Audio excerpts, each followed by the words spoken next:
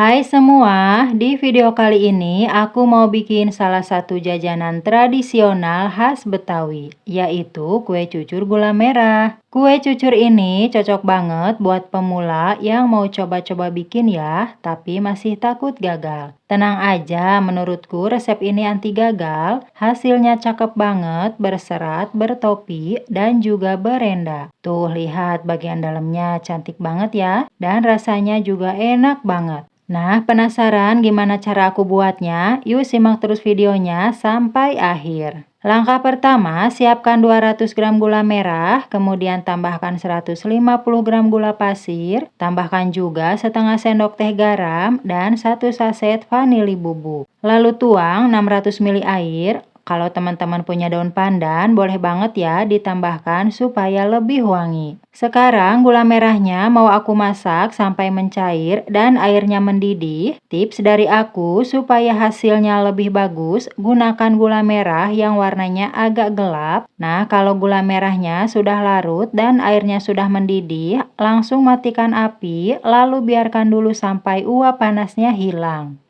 Kalau uap panasnya udah hilang, gula merahnya mau langsung aku saring ya. Tujuannya supaya nggak ada kotoran yang masuk. Setelah itu, sisihkan dulu di wadah lain. Sekarang siapkan bahan kering, masukkan 250 gram tepung beras, tambahkan juga 200 gram tepung terigu protein sedang, lalu aduk rata. Di sini aku pakai centong plastik ya, tapi teman-teman bisa pakai apa aja. Berikutnya, tuang air gula merah yang sudah kita buat, tuang sedikit demi sedikit ya, biar nggak ada tepung yang bergerendil. Sambil dituang, aduk terus sampai rata. Di sini aku pakai centong nasi ya, tapi kalau teman-teman mau lebih cepat, bisa menggunakan mixer. Nah, ini salah satu tips penting ya, supaya hasil kue cucurnya berserat bagus, adonan ini harus diaduk dengan sabar. Pokoknya kalau ikutin step by step di video ini, insya Allah deh kue cucurnya anti gagal. Hasilnya pasti berserat, bertopi, dan berenda.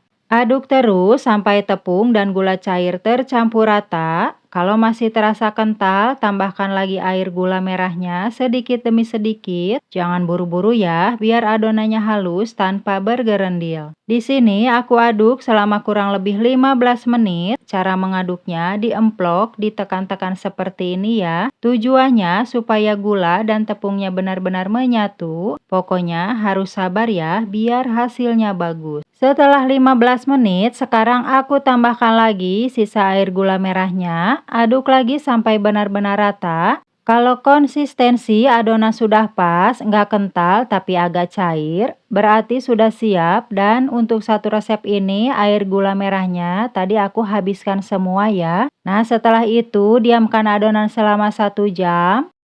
Kalau sudah didiamkan, adonan siap untuk dicetak. Untuk cetakan, aku pakai cetakan kue talam ukuran sedang. Isi cetakan dengan adonan, jangan sampai penuh ya, cukup setengahnya aja. Kemudian tuang ke wajan yang sudah dipanaskan dengan sedikit minyak. Pakai api sedang cenderung kecil dan pastikan minyak benar-benar panas. Kalau sudah masuk, biarkan adonan mengembang. Saat bagian tengahnya mulai kering, siram-siram seperti ini ya supaya matang merata. Dan kalau bagian tengahnya sudah matang, bisa dibalik ya sebentar aja. Kemudian langsung diangkat dan disisihkan.